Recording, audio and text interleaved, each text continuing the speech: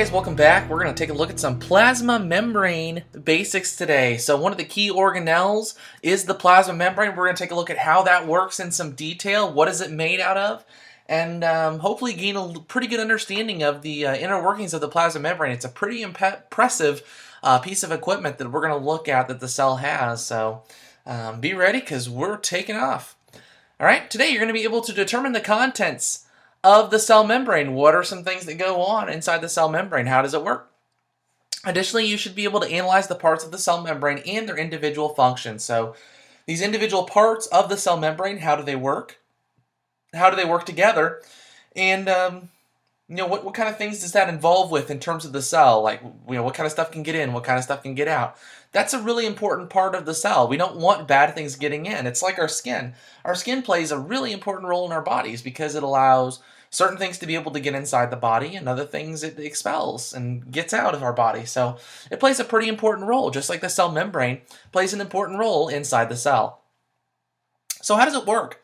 Well, the plasma membrane is a flexible barrier between the cell and the environment. One thing that people think is that it's like this rigid, this hard, rigid, like the back of a cell phone barrier, but it's not. It's quite bendable, it's quite flexible, and that's really important for the cell because if something, tries to puncture the cell, the fact that the cell membrane is bendable, it's flexible, it allows it to, not break quite as easily. So that's a good thing. Additionally, the plasma membrane is also what's called selectively permeable. You break those two words down, simply means that it allows some materials in and keeps some out. So it's kind of like the gatekeeper of the cell. Some things are allowed to come in, some things are allowed to come out. It all depends on what the cell needs at that given time. If they find out that it's low on water, it will let water in. If there's too much, it lets water out. It's a very unique membrane. It's a very unique barrier because it's selectively permeable. It allows things in and some things out. Just like our skin allows some things in and some things out. So selective permeability is a really, really important part of the plasma membrane. What is the plasma membrane made out of?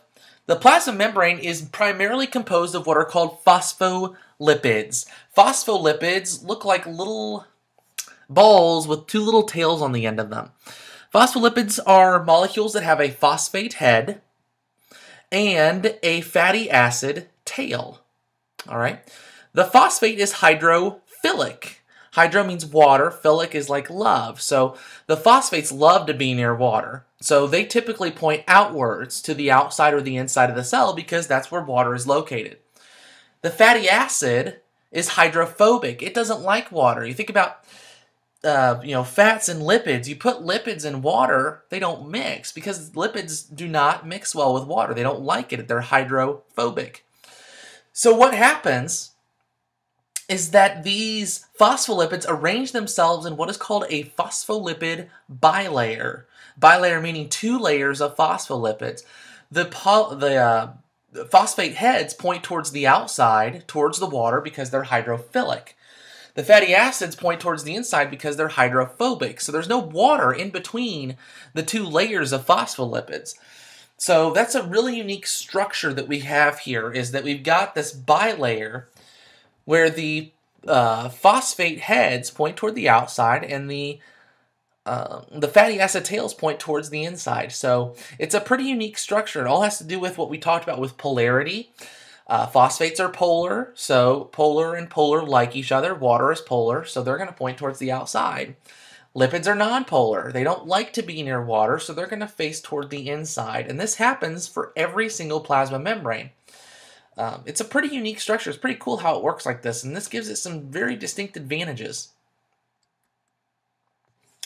Again, because of the polarity, they're arranged in a bilayer. The inside stays dry, so there's water on the outside of each part of the cell, the outside of the cell and inside the cell.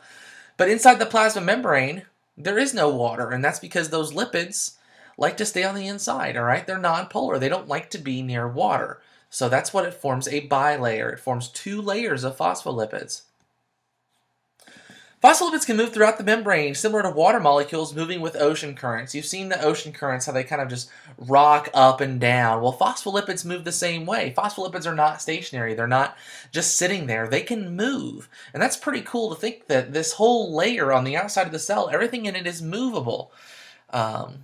Other molecules tend to kind of just float up on the surface. You see some integral proteins that just kind of float throughout the membrane. All right, again, they're not stationary. This is all a very fluid model. It's a moving model.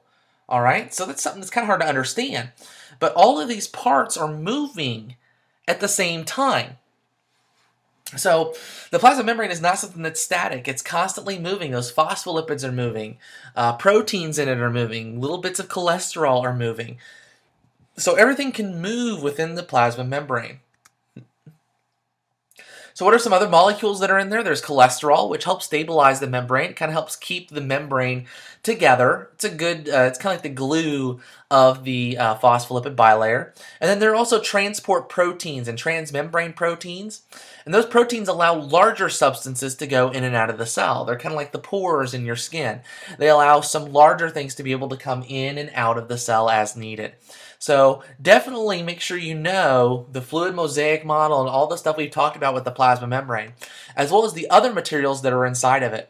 The plasma membrane is something that's quite amazing. It's pretty cool to think about all the different things that go on within the plasma membrane. Remember that it's made of a phospholipid bilayer. You got 2 layers of phospholipids, and they form a bilayer because of polarity. The heads are polar, which like to be near water, and the tails are nonpolar, which don't like to be near water. Keep in mind that it's fluid mosaic model, and that all of the different parts of the cell membrane are constantly moving, just kind of like things in an ocean. If the ocean were the phospholipid bilayer, the things are allowed to move on the surface through the water. All right, so it's pretty cool to think about. Hopefully you know a little bit more about the contents of the cell membrane, and you're able to tell me a little bit about what each part does. So keep in mind, you still got a video quiz to take after this. Tell me what you learned, what you didn't learn, what we can do better next time. And we'll come back and see you next time, all right? So enjoy yourselves and have a good afternoon, night, evening, day, whenever you're listening to this. We'll talk to you later. Bye.